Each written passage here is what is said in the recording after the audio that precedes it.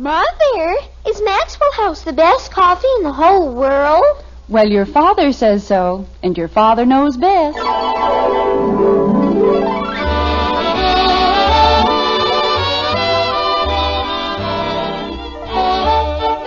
Yes, it's Father Knows Best, transcribed in Hollywood, starring Robert Young as father. A half-hour visit with your neighbors, the Andersons, brought to you by Maxwell House, the coffee that's bought and enjoyed by more people than any other brand of coffee at any price. Maxwell House, always good to the last drop.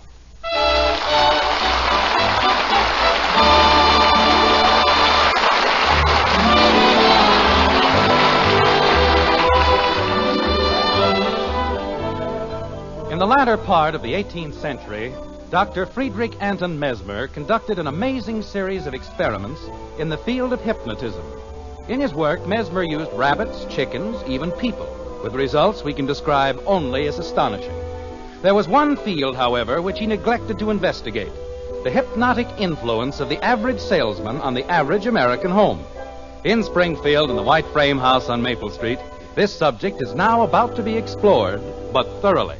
Like this. Margaret. Yes, dear? What's this? What's what, dear? This? Oh, that. That's a magazine.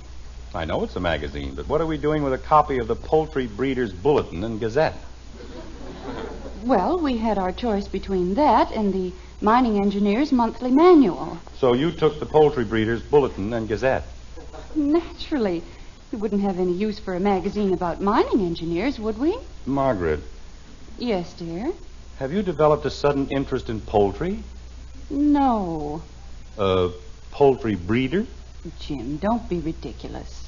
Well, you don't just go out and buy a thing like this without some reason. I didn't go out. He brought it here. Who did? Well, I don't know his name, but he was a very nice boy, and he's working his way through Harvard. You mean we bought a subscription for this thing? It was only $4, Jim, and if I thought you were going to make all this fuss... I'm not making any fuss. It's just that I see no reason for throwing money away on things we don't need. People always need magazines. All right, but why did you have to pick the Poultry Breeders' Bulletin and Gazette? I told you, dear, because we couldn't use the Mining Engineers' Monthly Manual. And we had to buy something, didn't we? He was a very nice boy. Margaret, I, too, am a very nice boy. I'm one of the nicest boys I know. And I work very hard for my money. Yes, dear. I have 3 children to support. 3 hungry children who eat like overgrown vacuum cleaners. Yes, dear. Well, how do you expect me to keep on feeding them if you keep on buying the Poultry Breeders' Bulletin and Gazette? I bought it only once. Margaret, don't you see what's happening? You've got our names on every sucker list in the country. That's not so. It certainly is. Look at that stack of magazines. The Bee Culture Quarterly. The Wine Growers Weekly. The Goat Herders Gazette. What good are they? We don't need any of them. Oh, dear. What's the matter? Jim, promise me you won't be angry. What did you buy now? Now, first promise me you won't be angry. All right, I promise. What did you buy? Well, Mary Edith Steele. You remember Mary Edith, don't you? Naturally, we went to different schools together. What about her? Well, she has a son by her first marriage, Howard Milliken. Her first husband's name was Milliken, and that's why Howard's name is Milliken and her name is Steele. Margaret. He's a very nice boy, Jim. Really, he is. Of course, it's too bad they didn't have his teeth straightened when he was young. Margaret. Yes, dear.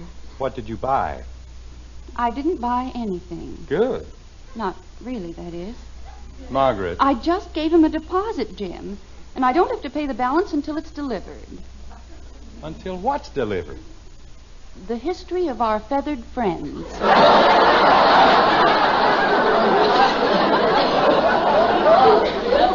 You bought a book about birds? Well, not exactly a book. Oh. It's 12 books. Margaret. But they're beautifully bound, Jim, and they cost only $18, and they're worth 3 times that. Howard said so. Margaret, Yes, dear? we don't want them. But I've given him a $2 deposit. Tell him to keep the deposit. We don't want the books. Jim, I can't do a thing like that. I can't possibly. Well, I can. What's the number? They don't have a telephone. Well, where do they live? Jim, if I promise not to buy anything more, Where do they live? Hi, everybody. I'll never be able to look Mary Edith in the face again. Fine. Where do they live? Where does who live, Dad? It isn't as though we can't use the books, dear. You can't ever tell when you might want to know something about birds. I know everything about birds that I intend to know. Now, will you please tell me where they live? Who, Dad? You don't have to tell them a thing, Jim Anderson. I'll go over there myself this very instant. Good. Where, Mom? And I'll tell them exactly why we aren't going to take the books. You do that. Who, Dad? And don't be a bit surprised if no one in that entire family ever speaks to you again. That's all right, too. Fine thing. If you won't buy their silly books, they won't talk to you. Dad. What? Who? Who what? Who won't talk to you? Howard Milliken. Who's he? The boy who won't talk to me. And I'm just as happy. Attaboy. Say, Dad. Not now, Bud. I've just gone through a thing with your mother. But I want you to see something. Look at that, Dad.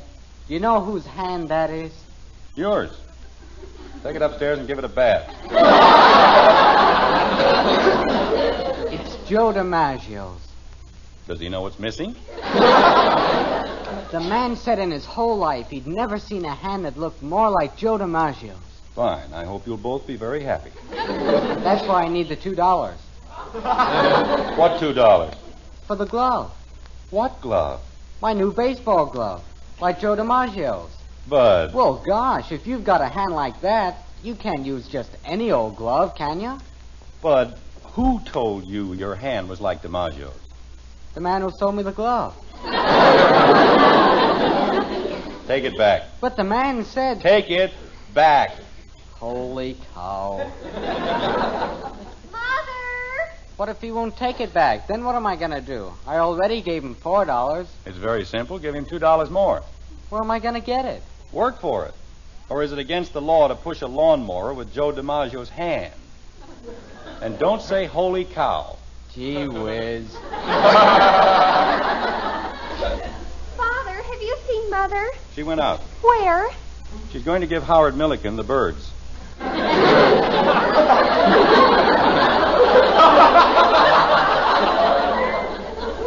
What? Never mind. Dad, would you lend me $2 if I gave you security? What kind of security? My old glove. No. That's what I figured. You don't know when Mother will be back, do you, Father? Pretty soon. What's in the box? The box? Box. B-O-X. A device for carrying things. Like the one you have in your hand. Box. Oh. Oh, it isn't anything, Father. Just something I bought. And paid for, I hope. Maybe I better go look for Mother. She might need me for something. Betty, come back here. Yes, Father. In the event that you missed that last bit of subtlety, I'll repeat it. And paid for, I hope. What if I threw in my scout knife? Well, Betty, It cost me almost $1.50. are you going to answer me? And that was 2 years ago, when $1.50 was $1.50. But go turn off the sprinklers. They aren't on. Then turn them on. Good gosh, what some people have to go through to get 2 measly bucks. Betty, Yes, Father. you charged it, didn't you? Yes, Father. Why? Well, I didn't have any money. And anyway, I think it's awful. What is? The sweater, it's horrible. Then why did you buy it? I had to, Father. Janie Liggett's my best friend. I couldn't insult her, could I? Betty, for the sake of my poor belabored mind, would you please start all over again from the beginning? Well, Janie bought a sweater, and the clerk said, "Isn't it beautiful?" And I had to say yes.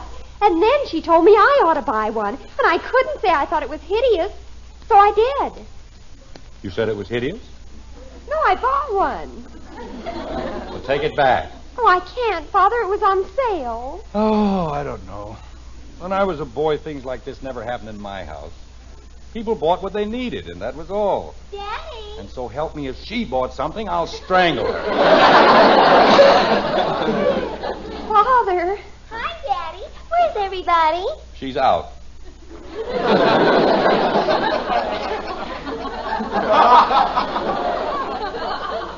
Where is it? Where's what? Whatever it is you bought. I didn't buy anything. Phew.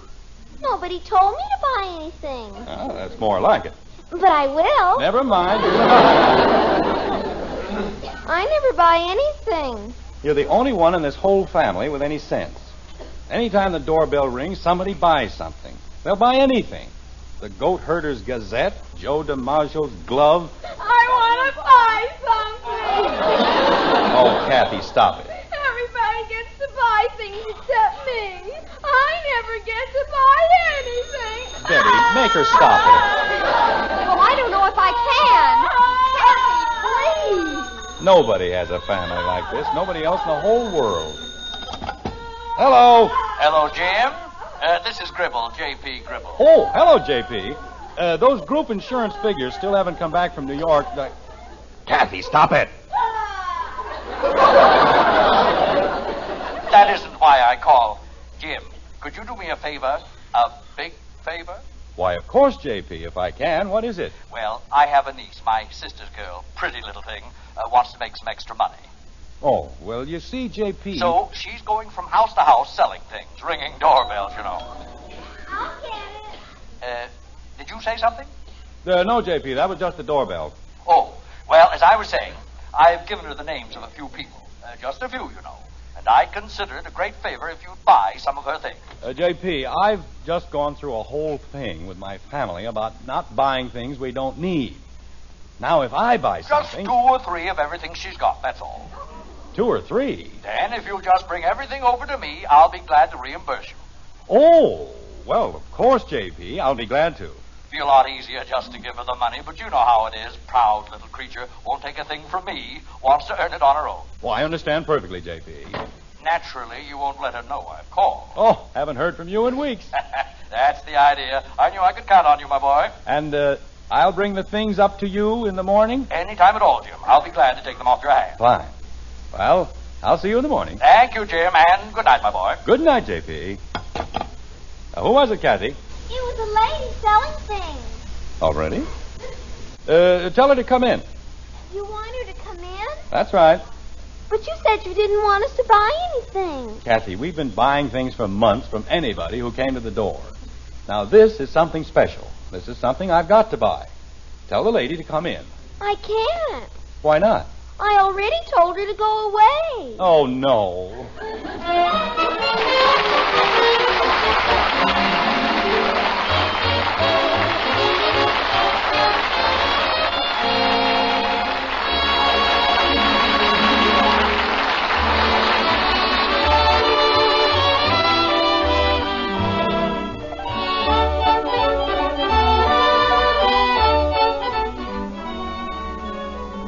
Now that's good coffee. Best I ever had. Those words will really warm your heart when you hear them from the world's greatest coffee expert. Yes, ma'am. Because that #1 expert is the man you want to please most. Your husband. Of course, we think we're pretty fair experts. Our Maxwell House coffee is America's favorite brand. But the expert with the last word is that man of yours. And if you'll brew him a pot of Maxwell House, we're mighty sure he'll say, that's what I call good coffee. In fact, if he doesn't, we'll give you your money back. You see, we know there's no other coffee tastes like our Maxwell House, because no other coffee's made like Maxwell House. No other coffee has that wonderful good to the last drop flavor. So we'd like you to bring home a pound tomorrow. Start serving Maxwell House coffee to that husband of yours. And if he doesn't say it's the best coffee ever, why, you send us the can and unused portion, and we'll gladly refund the price you paid. Our address is right on the front of that familiar blue tin. Tomorrow, see how much the world's greatest coffee expert enjoys Maxwell House coffee. Always good. to the last drop.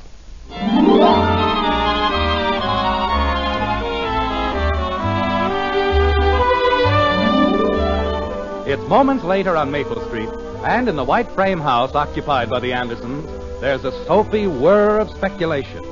Will Kathy be able to find the salesgirl and bring her back? Will Margaret recover her $2 deposit from Howard Milliken? Will Jim be able to carry out Mr. Gribble's instructions? Certainly sounds exciting, doesn't it? It's drama, that's what it is. Sheer, unadulterated drama. Like this. Father, What is it, Benny? do you hate green sweaters? Not particularly. I do. Good. Of all the sweaters in the store, she would have to pick out a green one. Who? Janie Liggett. And I look terrible in green. She couldn't have gotten off the block. Janie Liggett? No, Mr. Gribble. That girl who was selling things. Daddy, I found her! Wow, good for you. Oh, it was so exciting, Daddy. She was just getting kicked out of the Woodies. She what? I mean, Mrs. Woody was telling her she didn't want any. Oh. Well, where is she? She's coming. And, oh, Daddy, is she pretty? She is, huh? She's got beautiful golden hair and big blue eyes. Who has, Father? Just someone with whom I have to do some business, that's all. What kind of business? Betty, why don't you go upstairs and worry about your green sweater or something? Well, if you're going to do business with beautiful blondes and don't want us around... I didn't say I didn't want you around. I merely said, just stay here and keep quiet, please. Hello. Oh, come on in. I left the door open. Thank you. Kathy, why don't you go somewhere and play? I want to watch. Well, just be sure that you don't... Hello there. I'm Jim Anderson. How do you do, Mr. Anderson? I'm Sheila Gibson. Yes, you certainly are. Come on in. Sit down. Thank you very much. Yeah, that's better, isn't it? Yes, quite. This is my older daughter, Betty. How do you do, Betty? Hi. And, of course, you've met Kathy. Of course. Hi. She said you wanted to see me about something. Yes, I certainly do. We'd like to see what you're selling. Oh? For any particular reason? Well, of course. I'll probably buy something. We buy things here all the time. Is Mrs. Anderson at home? No, but we don't have to worry about that. Just trot everything out. Okay. What are you selling, anyway? Lingerie. What? Lingerie? What's that? Ladies' silk lingerie. Father! Well, there's nothing wrong with ladies' silk lingerie. Is there? Not that I know of. Father, you can't look at things like that. Like what, Betty? Why can't I? If your mother can buy the Poultry Breeders' Gazette, I can look at lingerie. Now, let's see it. All right. Father, may I speak to you a minute? Later, Betty. Let's just get this over with first. Daddy, why won't you tell me? Daddy! This is one of our better garments, Mr. Anderson. It's pure silk and comes in the loose leg. I'll take 3. Just put it away. I'll take 3. Thank you. Did you have any particular size in mind? Yes, Mrs. Gribb, I mean, it's for a large woman, very large. About a 46? Father, that's a tent. If it's the largest you have, it'll be fine. All right. Now, as a companion piece, we generally recommend this form-fitting... I'll take 3. Oh, but I want to explain. You don't have to explain. I'll take 3. In the large size? Yes, the large size. Oh. Say, Dad, how long do you want me to... Holy cow.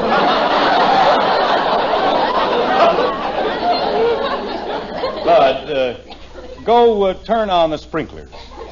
I just turned them on. Well, turn them off. You just said to turn them on. Now I'm telling you to turn them off. And stop arguing. I wasn't arguing, but first you tell me to turn them on, then you tell me to turn them off, and... Holy cow!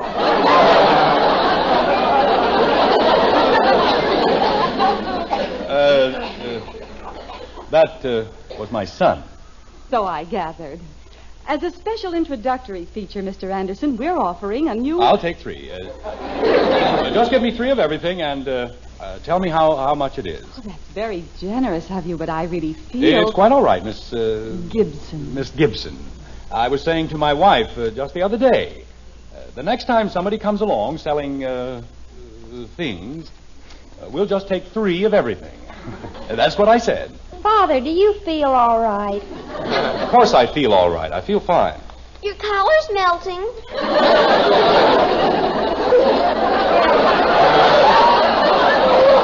Never mind my collar. Why is your face all red? Well, it's hot in here, that's all. It's very hot. How much do I owe you? Well, it comes to $84, but that includes... Oh, Mr. Anderson, let me show it to you. You don't have to bother. Oh, but I want to. Tell me, have you ever seen anything more beautiful? It's fine, yes. Just put it away. Oh, Father, that's gorgeous. How do you sleep in a thing like that? You don't sleep in them, silly. Have you ever seen anything so sheer, so soft, so beautifully delicate? It's great, just great. Now, will you please put it away? Oh, Father, may I look at it just for a minute? It's lovely, isn't it? You can look at it later. Hold it up against you so I can see. All right. Miss Gibson. Jim. Uh-oh. Jim, Howard Milliken says he's very sorry, but... Well... Mother, isn't it beautiful? It's a nightgown. Margaret, this is Miss Gibson. She, sells things. Doesn't she, though?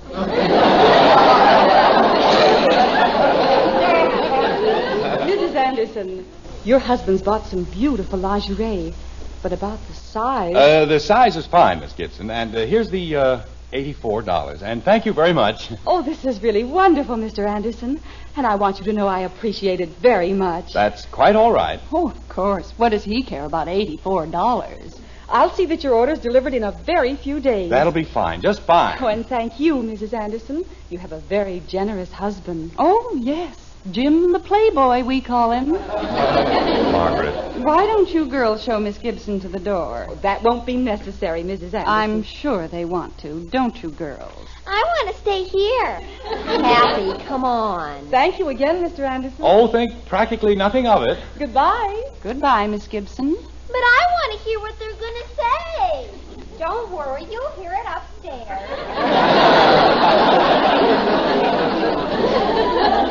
Well, Jim Anderson. wait till she gets out. She's out. You see, Margaret, I got a call from Mr. Gribble. In my own home. My own home to find you cavorting with that woman. I wasn't cavorting. I was buying stuff. Jim, how could you do a thing like that? Like what? Black silk nightgowns in my living room. She was holding it up, Margaret. She wasn't wearing it. She might just as well have been. What were you thinking of? Group insurance.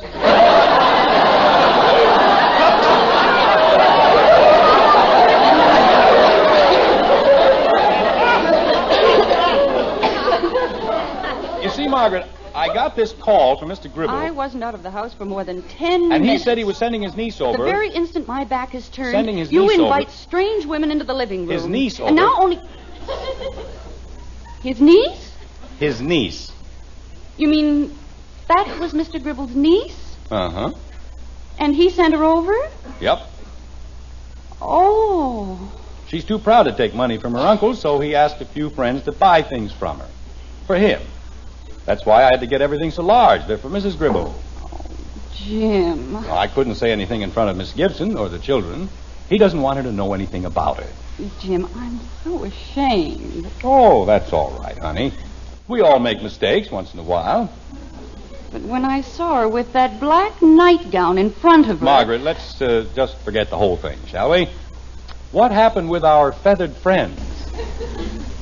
Howard says he can't do anything about it. He's already put the order in.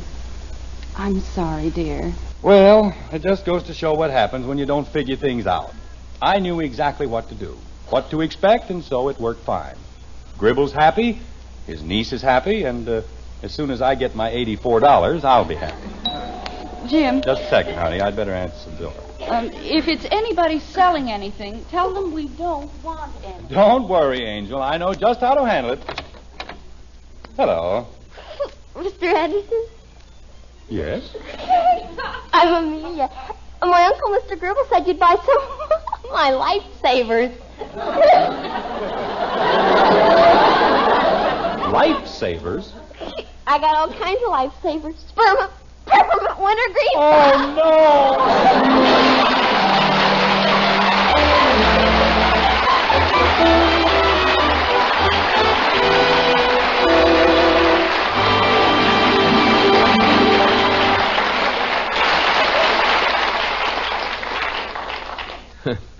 Seems like no matter how hard you try to go right, you sometimes go wrong in buying things.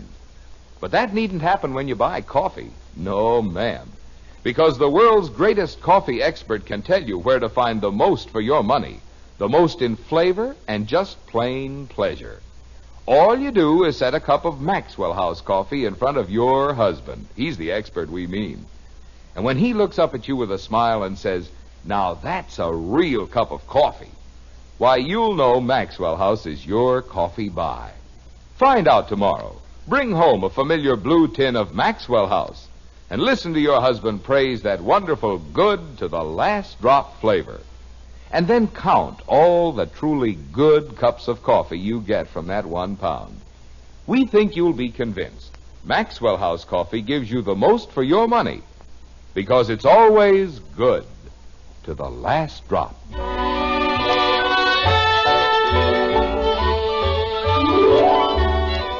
It's morning now and breakfast time in the white frame house on Maple Street.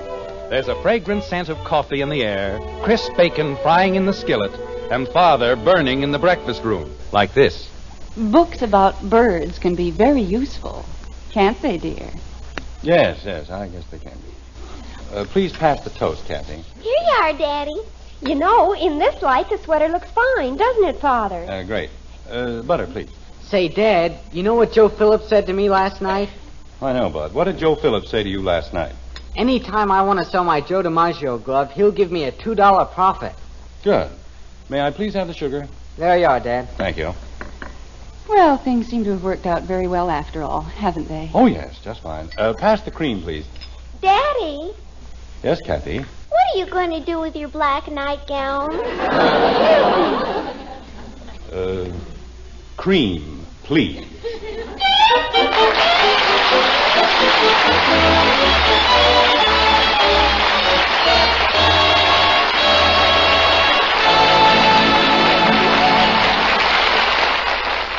Say, Mom, if you have trouble getting your children to eat a hot cereal for breakfast, here's the perfect solution. Just serve them Hopalong Cassidy's favorite hot cereal, Post Wheatmeal. Yes, Post Wheatmeal. Just tell the youngsters how swell wheatmeal tastes with a wonderful nut-like flavor. Tell them how Hoppy gets plenty of real solid nourishment from that rich brown treat. Cooks in just 3.5 minutes. You'll see, you'll go along with Hopalong. It's the best hot cereal you ever ate.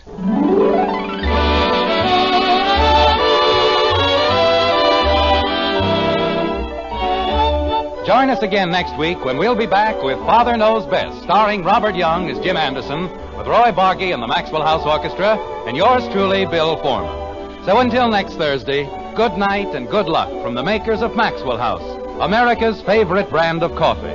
Always good to the last drop. Father Knows Best was transcribed in Hollywood and written by Ed James. Now stay tuned in for Dragnet, which follows immediately over most of these stations.